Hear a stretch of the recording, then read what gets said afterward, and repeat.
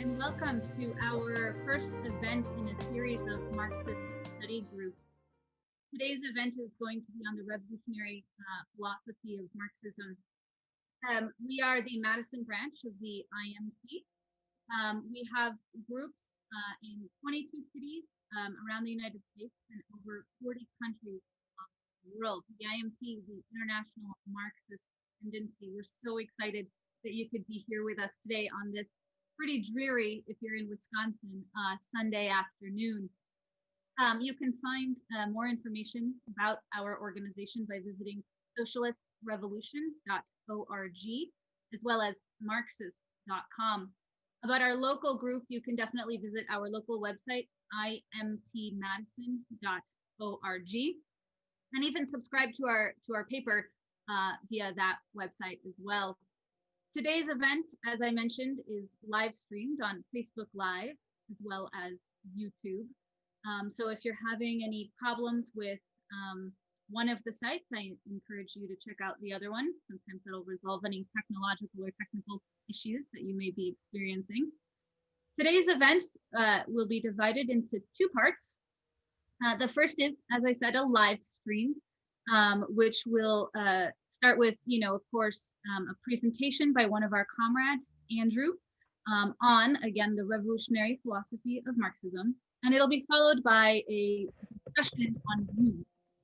And that will not be live streamed, that part of it. So if you're shy about asking questions or anything like that, join us in the private Zoom. The link to the Zoom part of the event will be posted in the chat of Facebook Live, and as soon as the live stream ends. Feel free throughout the presentation to chat in the chat box, ask us questions. That'll give us a really good sense of where you're at, where you're coming from, what your thoughts are, what your questions might be. We have, as a Madison group, a lot of events coming up as well. The next event that we will be hosting will be on Friday, October 2nd at 6 p.m. Central Time. And it'll be a panel on class struggle and the labor movement here in Madison. So there are going to be plenty of opportunities for you to check us out again and to engage with us. Yes. Again, always feel free to reach out to us. We have an email as well, madison@socialistrevolution.org. So those are the housekeeping points for today's event. People kind of sometimes might think, with all of the things going on in the world, why talk about philosophy? Why bother with that? We need to do something about what's going on.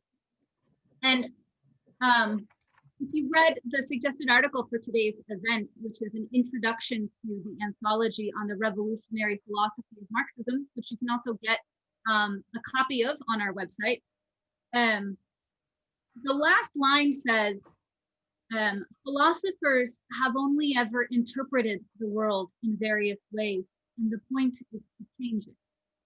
And again, then somebody says, why are you spending so much time on philosophy? Isn't that just here sitting and debating about this or that word and a bunch of semantics?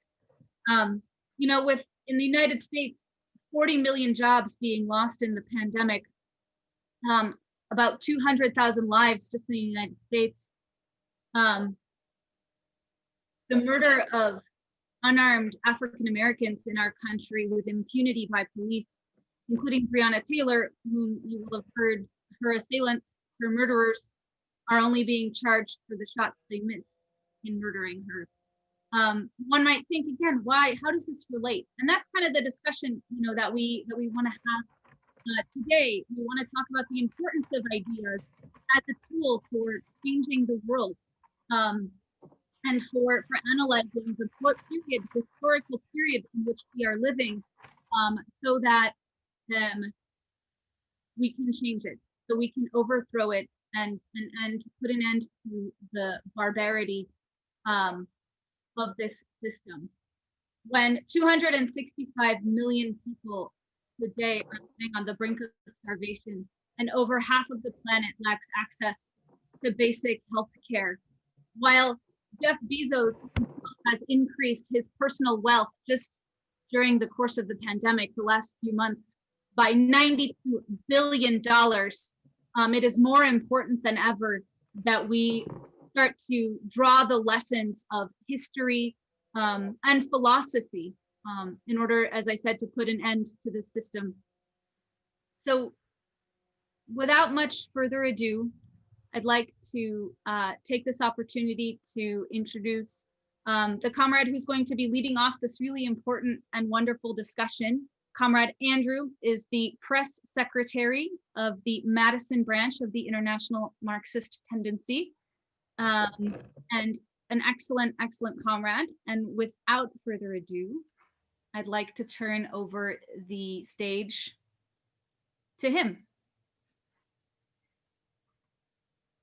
Thanks, Yvonne. Are we good? All right. Thank you all for being here. Thank you, Yvonne, for the very, very warm introduction. Yeah, so why are we talking about philosophy? Okay. Uh-oh.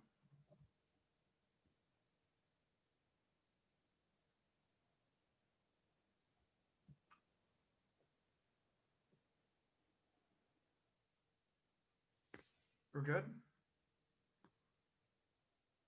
All right, thanks everyone for your patience. I promise it'll be worth it. So, right.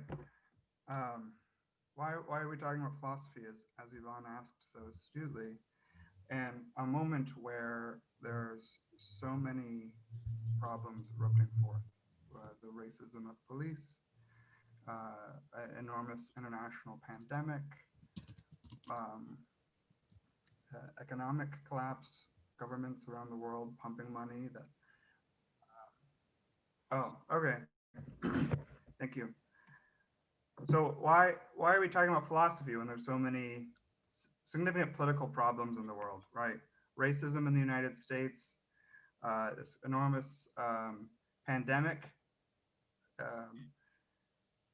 ravaging the world, killing hundreds of thousands, probably going to reach millions. An economic crisis that we would say is not a result of COVID, but was simply triggered and is underlying it. Mass uprisings around the world this past year. We have imperialism by the United States, an enormous humanitarian crisis in Yemen that's been going on for years. On and on, we could go through the horrors of the world, and so many other topics to talk about. But I think, as will become clear as we go through this topic, we can see all of those problems as symptoms of a sick society, a sick global system that we would call capitalism. And part of the problem with the approach of focusing on individual issues is that it stays at the surface level, and part of the power of Marxist philosophy is to dive deeper and to show us how to do so. So as the world goes into crisis, right, we're hearing more and more sort of demands for this and that. But what examined a bit too closely, a bit closely, we see like a lot of these demands, a lot of these the reforms which are being called for, which we would support, they carry a basic assumption, a common assumption, and that is basically that capitalism is going to persist. They're basically reforms that stay within the system of the existing society.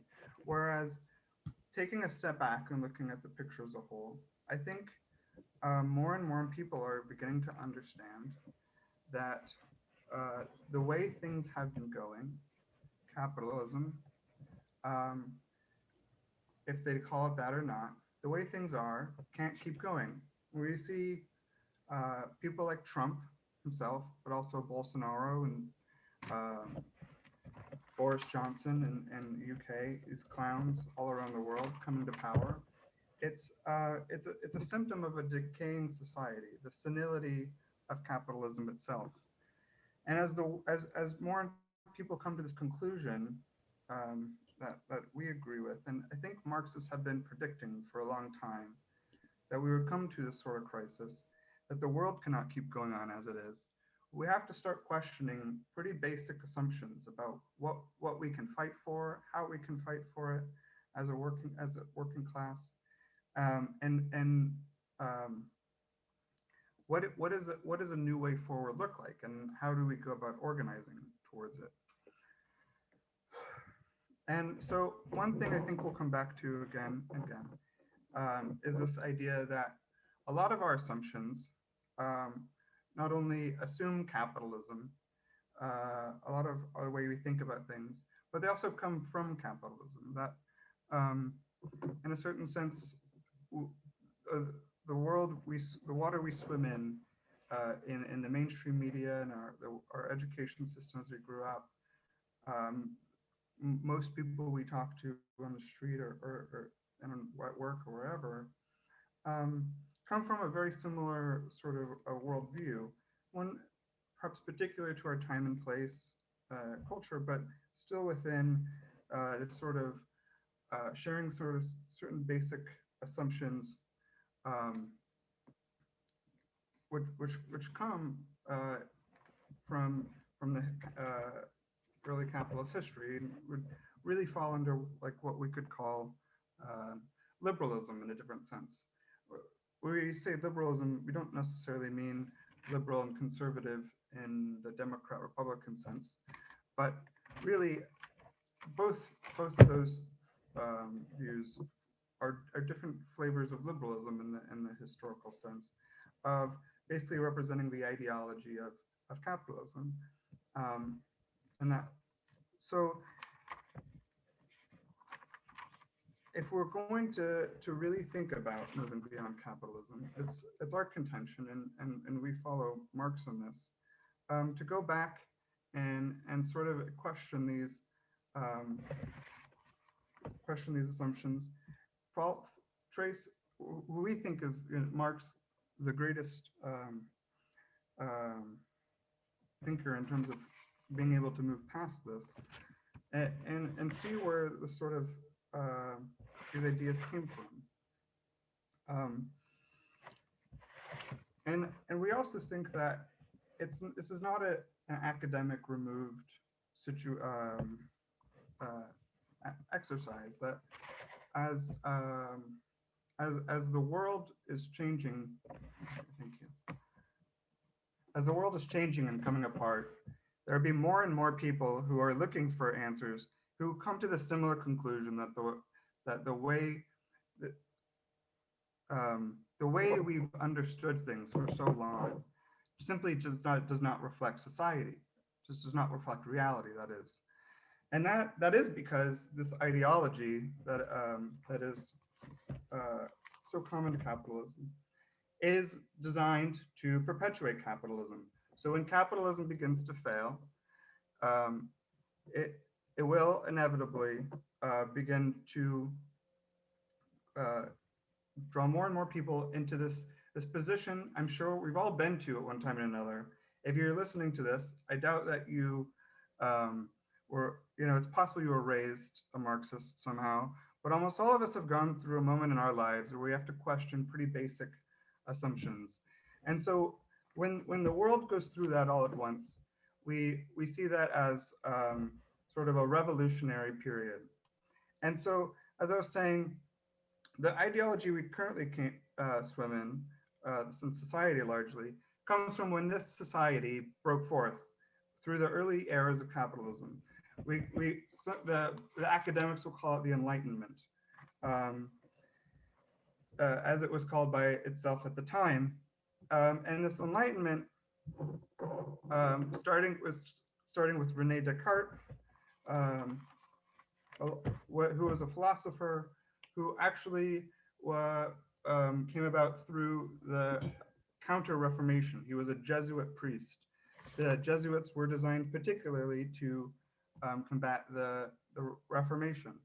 The Reformation itself was, we think of it as a religious conflict, but it was, and it was in a sense. But as we'll understand from later, and these sort of cultural differences, like religious conflicts, often distract from the underlying class conflict, as it was that the Reformation, Protestantism, was a struggle of the then very small incipient bourgeois class, the merchants of the cities, the burghers as they were called.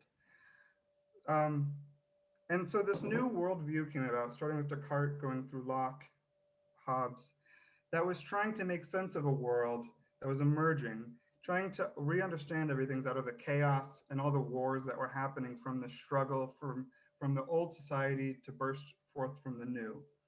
Very similarly, we're seeing a similar thing happen, starting with Marx up until today, that there's still a new society struggling to burst forth from what is now the old, what was then was during the Enlightenment the new. It's capitalism. Okay, so what was this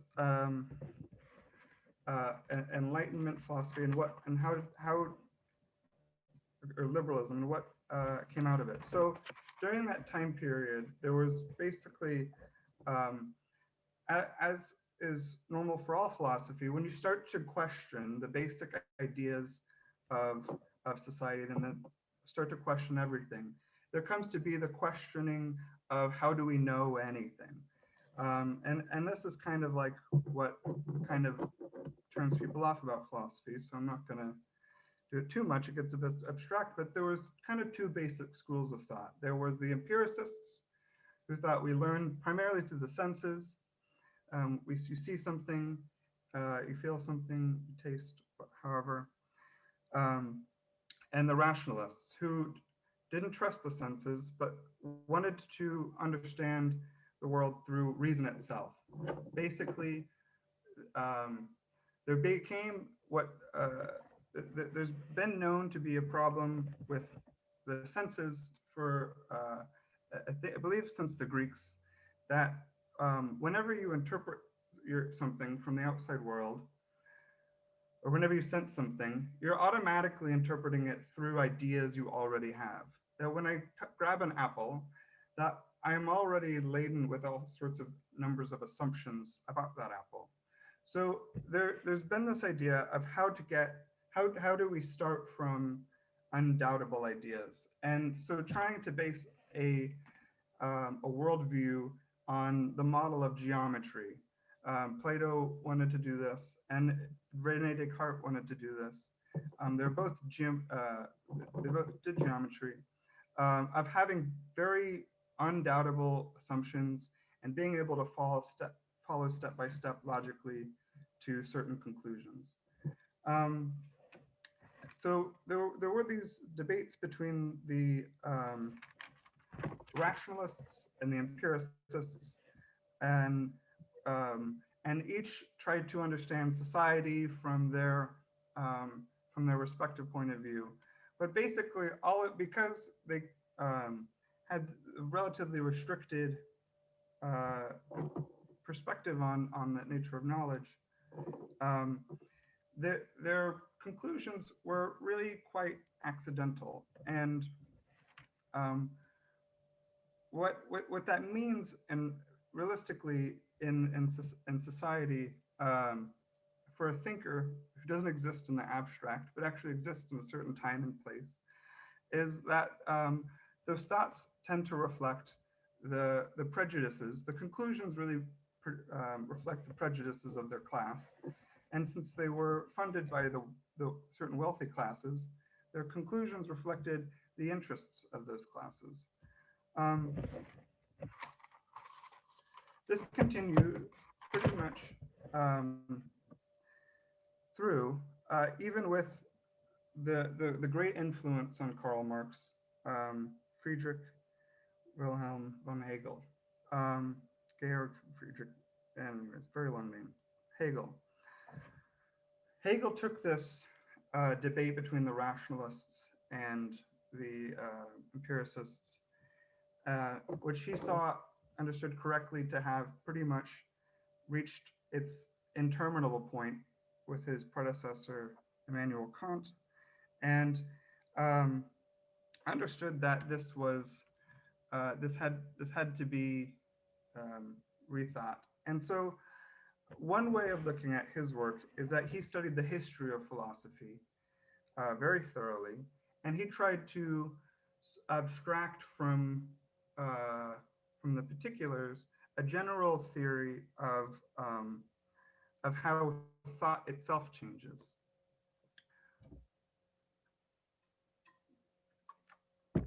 In a certain sense, it is empirical because he's studying the history of philosophy. But it remains what we would call idealist in the sense that it really understands history to be the history of ideas.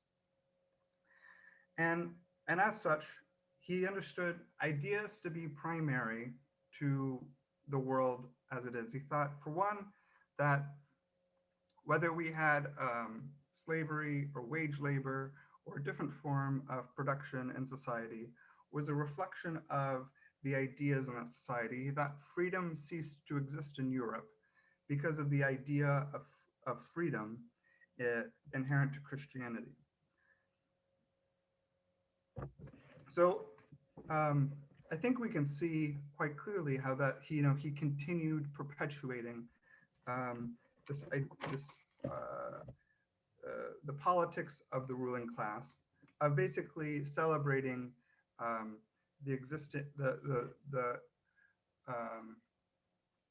the ruling class of his time, the rupturing fourth bourgeoisie, as the force of progress and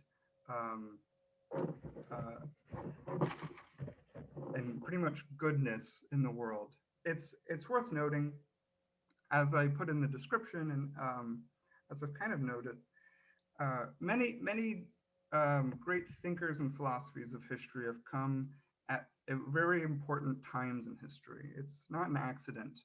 It's during these moments where everything is questionable that these fundamental questions get asked. And Hegel lived through and wrote his great texts during the French Revolution, when capitalism did look to be the great possibility of the future. There were already at this time socialists and proletarian or proto-proletarian philosophies, but they were pretty marginal and only soon after became really developed. But during Hegel's time, there seemed to be very little way to question a society past. But back to his philosophy. So by studying the history of thought, he did come to a lot of really important conclusions. And it is from this philosophy that Marx and Engels took what they called the rational kernel of his method. They wanted to understand the method of how he got from how he moved through things, but they wanted to strip it away from what they saw as really a quite religious and superstitial, mystical, and very liberal way of looking at the world. And if the religiousness doesn't make sense, it's not coming through. Take, for example, how Hegel approached nature. So in dialectics, we understand things as existing in opposites. Day, night, young, old, good, bad.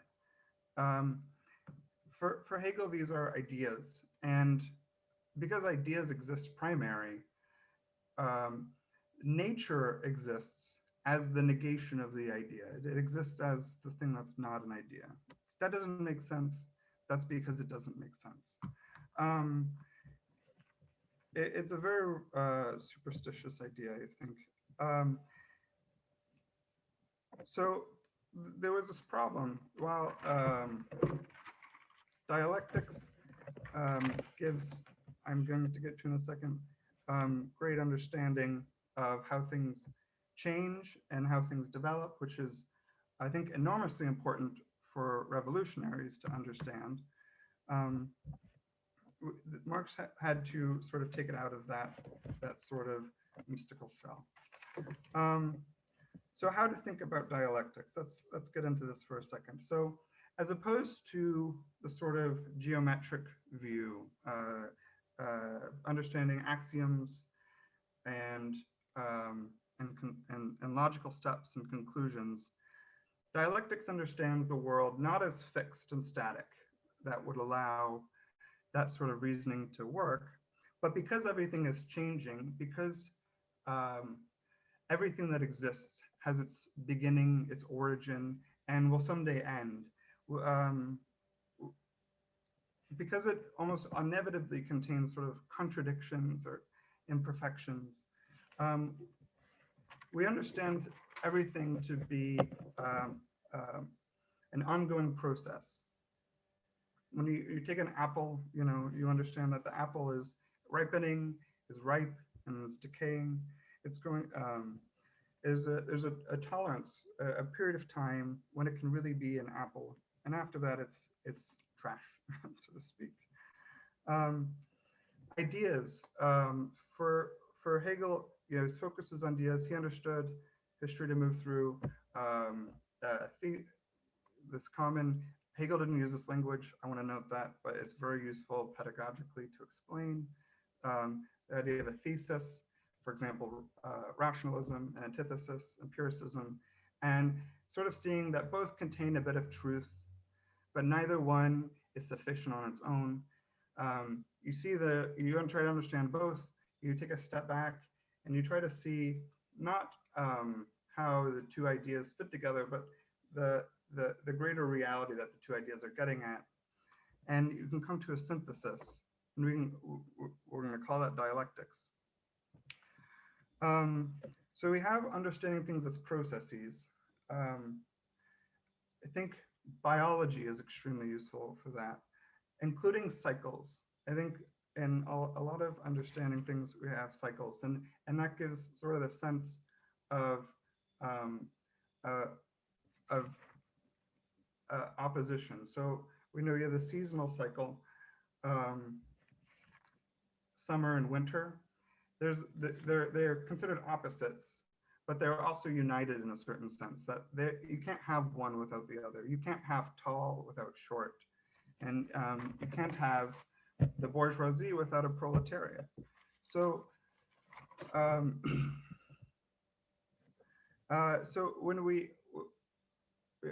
or a ruling class without a ruled class.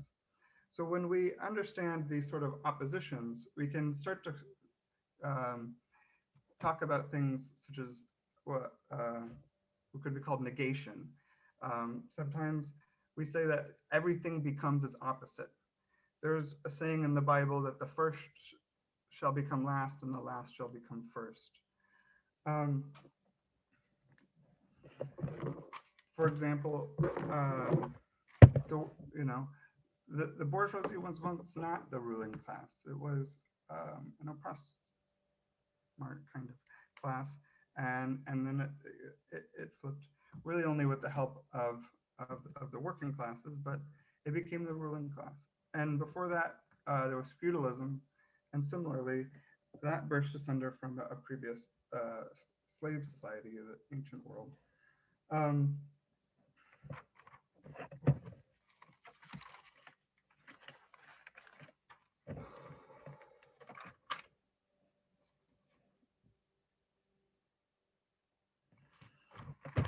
And so the other thing is understanding the interconnectedness of things and understanding things in their context. Understanding that not only is something a process internally, it's also a part of larger processes. When we understand, for example, philosophy, we have to understand, philosophy existing inside a society. Um, we have to understand that it plays a part in that society. It does not exist as as it is often conceived of internally, as simply trying to step outside the world and looking at it. It is always inside the world. And to this point, it is trying to answer these sort of basic fundamental questions, but it's always the basic fundamental questions from within a certain society, from within capitalism, thinking about certain things. One, the forms of thought themselves are determined by the forms of thought natural to capitalist society, and the questions themselves, especially thinking about society, family, these sort of things. There's so many assumptions in them that are assumptions that are based on the reality that is formed by the demands of capitalism. So understanding that fact, that thought itself is placed in a society, Marx began to try to understand what is the more fundamental aspect of social existence, that from which we can understand how, the nature of these social processes. So the kind of jumping around a bit, I'm sorry. The other thing about dialectics is by understanding things as processes, that we can really only understand immediately, that is, the surface, and only by theorizing and by getting more data, by seeing it over time in different contexts, can we really understand the core, what is sometimes called the essence or fundamental aspect of something. Like that which persists over time, sometimes is the definition of essence. From dialectics, we also understand that our best understanding of the essence is always incomplete. There's always more essential essences in a way. That, we always understand it from a limited point of view, but nonetheless, we can distinguish between more and less essential understandings. And so Marx tried to understand in a society, what is the more fundamental aspect? What is the determining or more determining aspect? I think, so we get to this concept of base and superstructure. And I want to emphasize, this is not a reductive move. It is not that all of culture and civil society and institutions and academic thinking, all of it is simply determined straightforwardly by the economy. Marx never thought that. The economy, the modes of production, as Marx would describe the fundamental aspect of society, the mode of production, in a sense, limits and determines the bounds of possibility of the superstructure. It also determines a great number of functions that the superstructure has to solve. But the superstructure itself also, in many ways, influences back upon the base. But those influences do not have the sort of core fundamental nature that the base influence on the superstructure has. In this sense, I think it's worth sort of analogizing the change of society over time to biological evolution. That, for example, the organs and the complex systems that exist in our body are ultimately, right, or any body, any natural being, are ultimately designed for the purpose of reproduction survival and reproduction. But really, like, you can't understand a liver without understanding the internal nature of the rest of the system. You can't understand how the heart works without understanding the blood circuitry. You can't understand breathing without understanding the role of oxygen in the blood. And so um, it would be ridiculous to try to understand each part of a organic being in pretty much direct relation to that ultimate purpose. But just as a biological species has to survive and reproduce itself in order to persist, a society has to be able to produce and reproduce itself, has to produce the material existence. And it was really in the sort of Marx had these sort of sketches of ideas before Darwin came out, but he did want to dedicate the first volume of Capital to Darwin on this sort of understanding this analogy. So when we understand society as fundamentally first having to meet our most basic needs, and then to reproduce itself, it's that sense that we see that the forms of production limit and in an indirect way determine to some extent.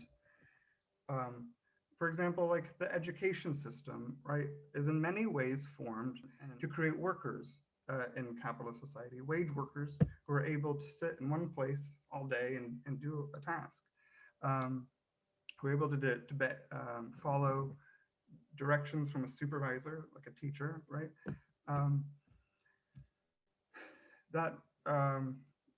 So much of society is formed around solving economic problems. And the way it goes about is different. The connection is different in every different form of society. So it's worth noting, capitalism is only in its developed form about 200 years old, and its form of having what we in following Marx would consider some of its most essential aspects is that production is based on wage labor. That it's every society, production is by people producing things with tools and instruments of production, machinery when that exists, nature. And capitalism, it's when those people produce through having to sell their labor, that they're not necessarily producing for themselves or producing for a community, but that they're selling their labor to produce for a capitalist, most oftentimes, or a corporation, or there's sometimes the state itself, government. So this concept of wage labor becomes essential to capitalism, that people are having to sell their labor power and on a market. They're basically, it's the commoditization of human labor as the essence of capitalism. And that itself changes our thinking, it changes the family structure, it changes art, culture, news media, everything and over time to sort of fit the needs of the capitalist system. But it also creates a new class, right? The wage laborers, the people like us who sell our labor. I have to leave early later to go to my job. And so it's this class that is the new opposition, the new polarity in capitalist society, and creates a new possibility of an alternative future. And as capitalism develops over time, Marx predicted, and it's happened multiple times over, really now, in my opinion, that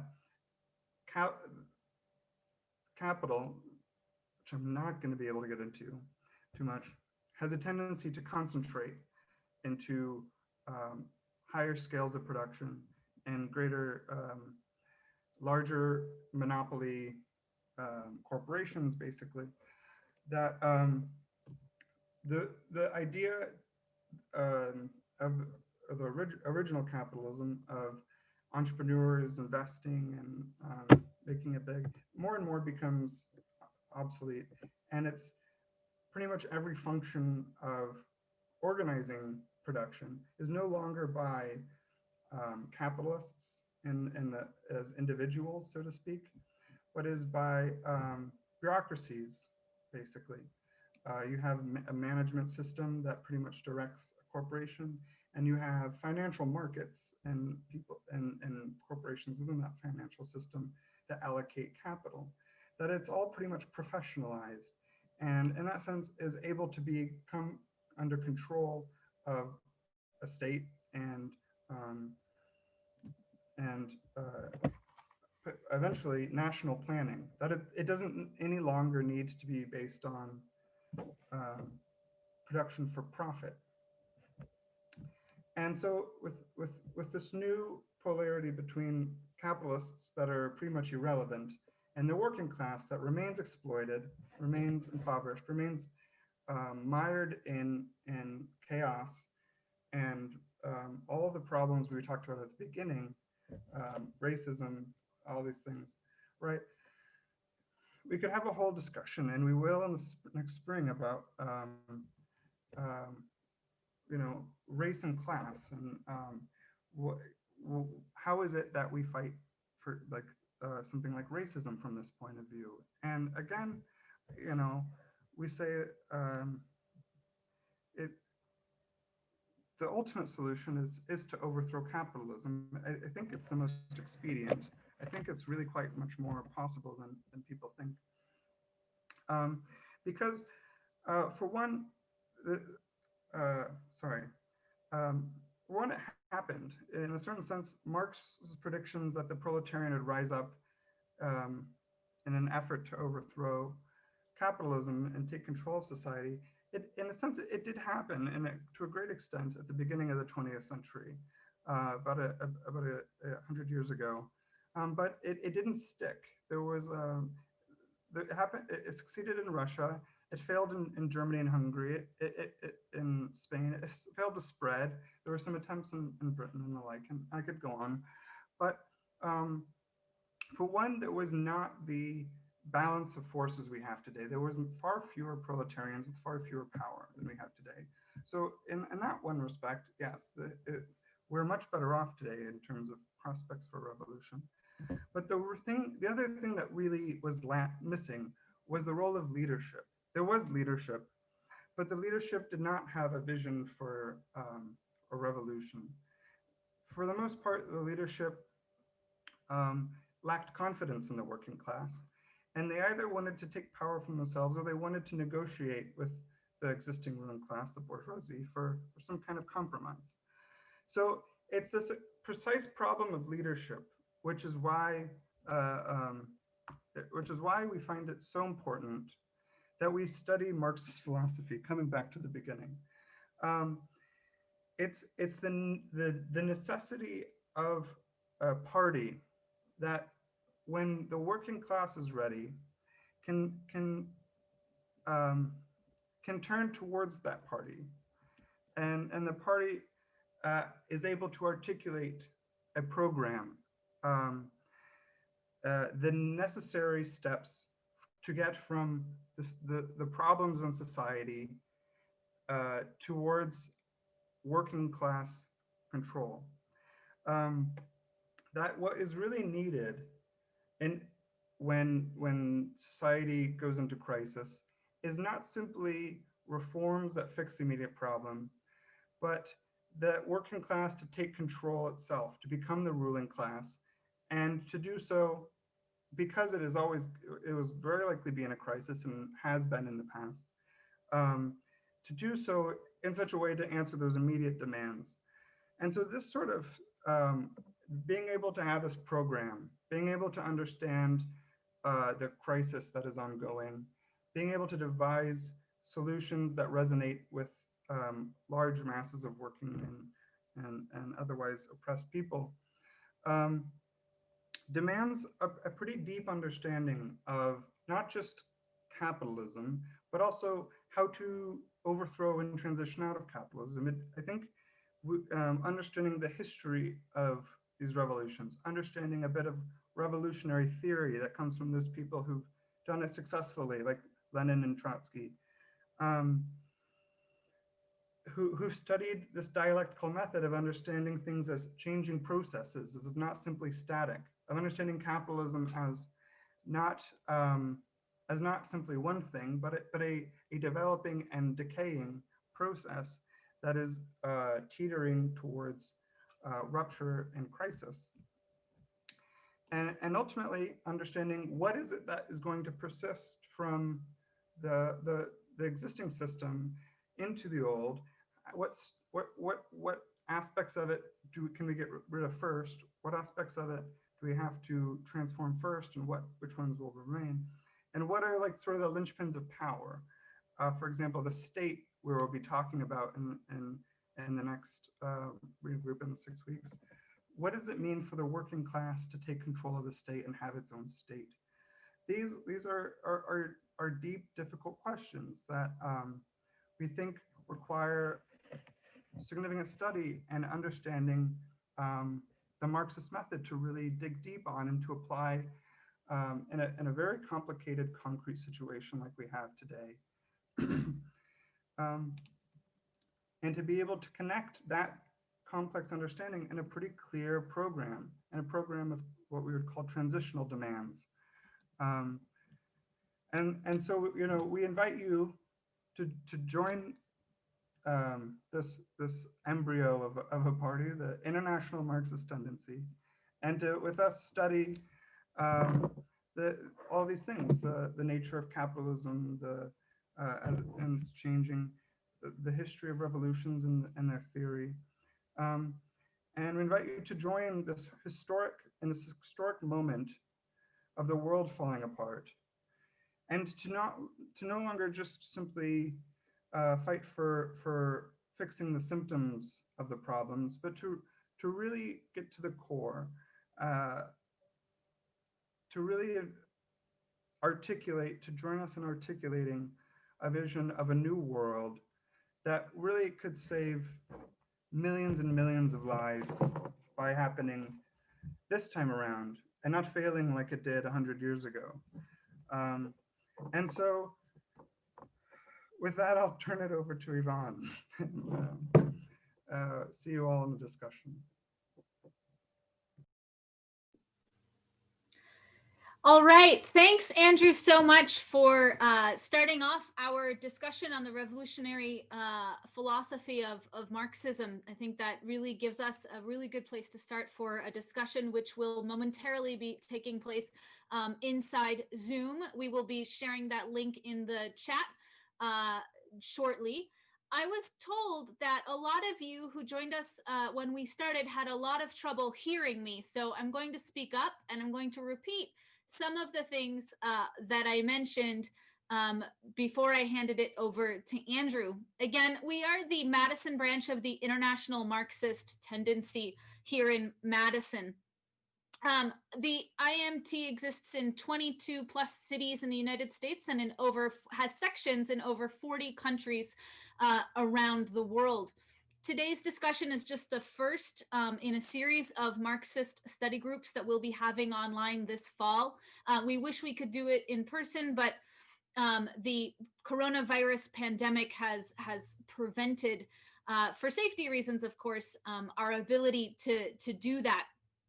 I should say in the United States, the gross mishandling of the coronavirus pandemic is one of the factors that has prevented us from doing this in person. We would so love to be with you in person, meeting you face to face and seeing your facial expressions to know what you're thinking about what we're putting forward. It's a little bit hard to be talking to an abyss, right? People you can't see. So again, we really do encourage you to join us in the Zoom when we wrap up. Again, to get more information about our local branch, you can visit our local website, imtmadison.org. You can also read really helpful articles and analysis on our websites. That's socialistrevolution.org and marxist.com. Send us an email to madison@socialistrevolution.org. If you'd like to subscribe, I'd also like to take the opportunity to pitch a few things to the wider audience in case you don't have the opportunity to join us in the Zoom discussion here in a few minutes. Our South African section has just launched the first issue of their brand new newspaper. And so you can get a copy of that first issue sent to you electronically if you send us an email. Again, madison@socialistrevolution.org. It has really, really great articles about why a socialist revolution is really the only answer to the problems facing South Africans today.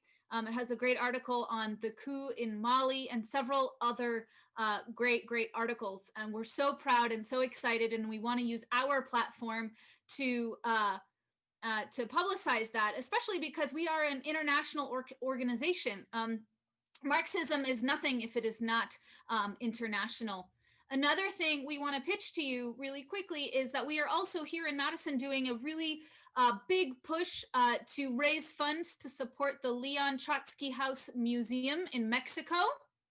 Our local branch has already raised $500 of our $750 goal. You can donate to support keeping this museum open by sending us a Venmo, which will momentarily flash across the bottom of your screen. And so you'll be able to find out how to do that. And all money goes directly through us to the museum. The museum in Mexico has had a really rough go of it with the pandemic.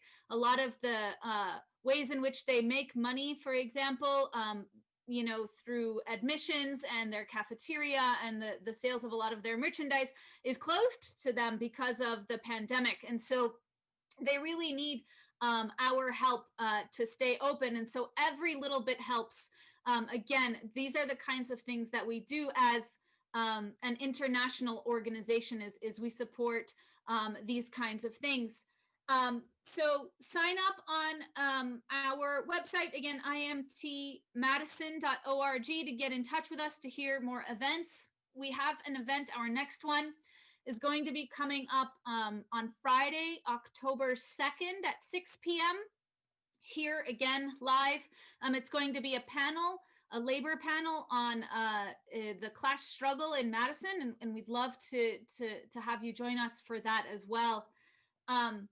I think those are the final sort of housekeeping points that I wanted to bring up. I think, big thanks to Andrew, right, for taking us through and beginning us on that discussion. I think really the biggest thing here to realize is that philosophy, everybody has a set of ideas, whether or not they realize it, conscious or unconscious. And the main ideas, if you're not thinking about it, then your ideas are going to be the main ideas, the mainstream ideas of any society. And I think, similarly, I think the importance here is recognizing that we need to be understanding historical processes, what's going on in the world in order to change it. And so we hope, again, that you will join us. Here, we're going to be ending our live stream portion of this event. And again, in the chat, you can get the link to the Zoom. We hope to see you there.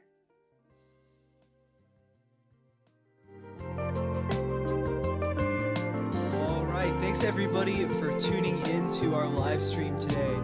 You can find the link to join us in the discussion on Zoom, and we will see you there.